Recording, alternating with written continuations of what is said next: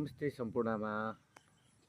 आज चाहिँ म एउटा सानो भिडियो तपाईहरु सामु ल्याउँदै छु र यो भिडियो मेरो यो धरान 5 देउरालीबाट हो हैन। अब खासै त्यस्तो राम्रो दृश्यहरु त छैन, तैपनि अब यो कोठेबार अथवा घरहरु देख्दाखेरि एउटा सानो भिडियो बनाउन मन लाग्यो। अनि यो घर देख्दै हुनुहुन्छ, पुरानो घर हो हैन। यहाँ एउटा सानो कोठेबार छ। यहाँ सबै प्रजातिको बोट बिरुवाहरू छन्। कटार देखि लिएर अम्बक अनि आँप अनि यो अमला छन्। यो सबै यो हाम्रो आउँदै हुने दाइको नै हो यो सब फलफुलहरु चाहिँ हैन। अनि अम्बिलो प्लस अम्बिलो पनि छन्। दाइ यो अम्बिलो रोप्नु भएको चाहिँ कति भयो? यो लगभग 3 वर्ष। 3 वर्ष भइसक्यो है। त 3 वर्षमा यत्रो लटराममा फलेको। फल्यो। यो कलामी ल्याउनु भएको रहेछ कि क्या? यो बिरुवै हो। बिरुवै हो। बिरुवा नै हो। ल म तपाईहरुलाई त्यहाँ नजिकै गएर म यो भिडियो मार्फत देखाउँछु हैन। यहाँ हेर्नुस्, म यो घर नजिकै पुगिसकेँ। तपाईहरुलाई भोलिपर्सि यो पाइनएप्पल अथवा भुइँकटरको लागि पनि सम्पर्क नम्बर छाड्ने नै छु दोस्रो भिडियोमा। अहिले अलिक पाक्ने बेला भएको छैन। ल हेर्नुस्, अम्बिलो त यत्रो बोटमा हेर्नु नथाम्ने गरी फलेर चाहिँ दाइले यो के अरे सपोर्ट राख्नु भएको रहेछ। अनि यो पाइनएप्पलको लागि उयो फलिरहेछ, देख्नुभयो होला, मजाले फलेको छन् हैन। थुप्रो फलेको छन्।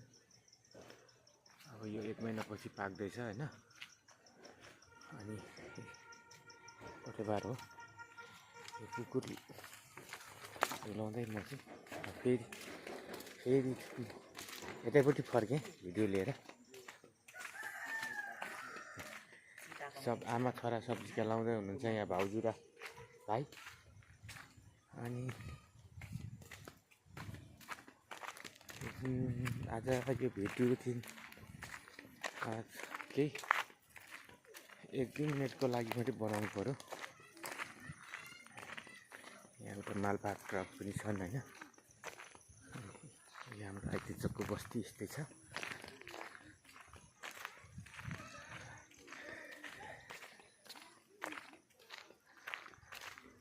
म अगाडि बढ्दैछु भिडियो लिएर हैन।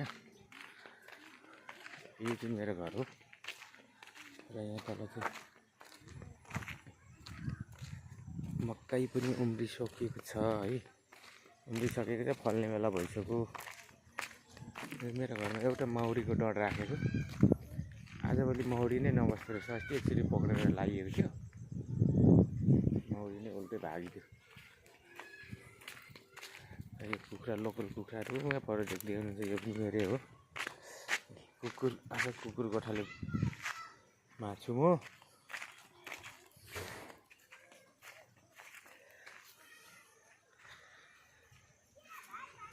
यो वरिपरि टिनको घर हैन।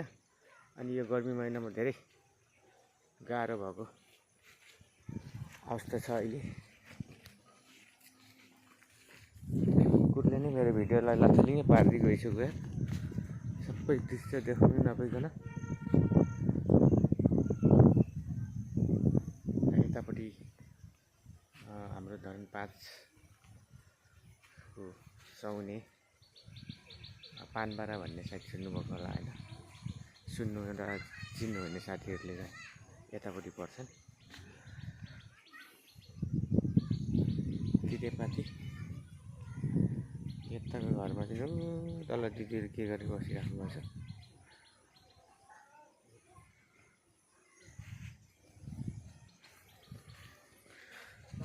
हजुर